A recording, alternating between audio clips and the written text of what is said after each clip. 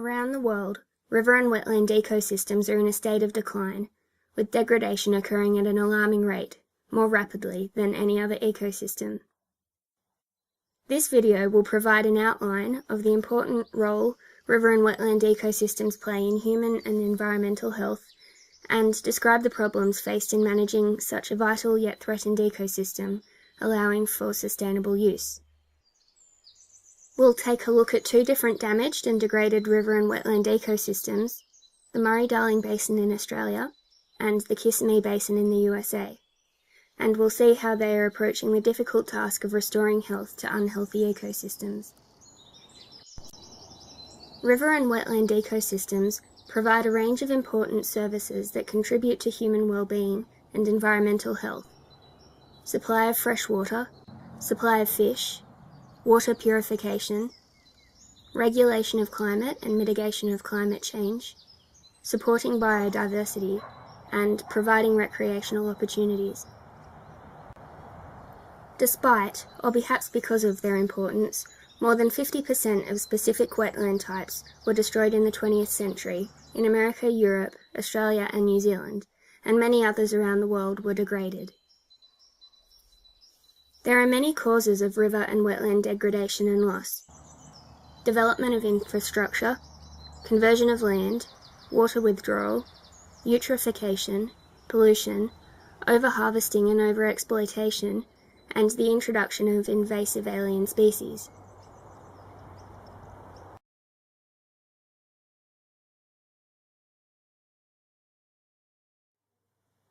Australia is the second most arid continent in the world, second only to Antarctica. This means that in most areas of the country, water for rural and urban use is limited and is a most important resource. Pressure from the changing climate means we need to act now to improve our understanding, planning and management of water resources. This includes restoring health to our river and wetland ecosystems. The Murray-Darling Basin is composed of the River Murray catchment, the Darling River catchment, and all of the rivers and creeks that feed into them. The basin covers an area of more than 1 million kilometres squared, approximately 14% of mainland Australia, including parts of Queensland, New South Wales, Victoria, South Australia, and all of the Australian Capital Territory. The Murray-Darling Basin is Australia's most important agricultural region. It contributes 39% of Australia's agricultural production, 37% of Australia's agricultural employment, and 45% of Australia's irrigated production. In the Murray-Darling Basin, agricultural and urban development has resulted in large-scale clearing of native vegetation and disturbances to rivers and wetlands from the use of dams and the diversion of water for things like irrigation. Total water flow at the Murray mouth has fallen by 61%, with the river now failing to flow through the mouth 40% of the time. Before human development, more water flowed into the basin. Natural flows meant that regular flooding occurred, flushing the river systems of salt and built-up toxins, and filling the floodplains with water. The seasonal dry periods allowed aquatic plants and other native vegetation to grow on the dry riverbanks. Since human development, there is less water available for environmental needs. The creation of dams and regulated water releases from them means that regular flooding no longer occurs. These altered water flows have resulted in increased salinity in the water and in the soil, increased acidity, increased duration and frequency of algal bloom events, damaged floodplains, and a loss of biodiversity. The Murray-Darling Basin Plan is being implemented to combat the environmental decline of the river and wetland ecosystems in the Murray-Darling Basin by restoring more natural water flow patterns and increasing the amount of water available for the environment. The two-step plan is expected to be fully implemented by 2019.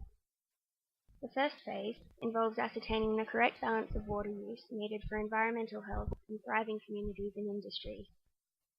The second phase aims at achieving this balance through a range of measures, such as voluntary water buybacks, coordinated management of environmental water, environmental works, and infrastructure projects, including modernising and repairing irrigation systems, The Kissimmee Basin is composed of more than 24 lakes in the Kissimmee chain of lakes, their tributary streams and associated marshes, and the Kissimmee River and floodplain. Historically, the Kissimmee River was 103 miles long, from Lake Kissimmee to Lake Okeechobee, flowing through a floodplain 1 to 3 miles wide. When it rained heavily, the river would overflow and water would cover the floodplain. However, in 1947, hurricanes caused extended flooding in the Kissimmee Basin and surrounding cities, leading to flood control measures being taken. In the 1960s, the C-38 Canal was constructed, which drained much of the original Kissimmee River floodplain. This was very effective in reducing the impact of floods, but a dramatic decline in wetland plant and animal populations was seen. The floodplain wetlands were no more. In 1992, the Kissimmee River Restoration Project was authorized, with the goal of re-establishing ecological integrity to part of the river system. When completed, a third of the C-38 Canal will be backfilled, and 2 water control structures will have been removed. Over 40 square miles of river and floodplain ecosystem will be restored to health. The restoration project is expected to be completed in 2015.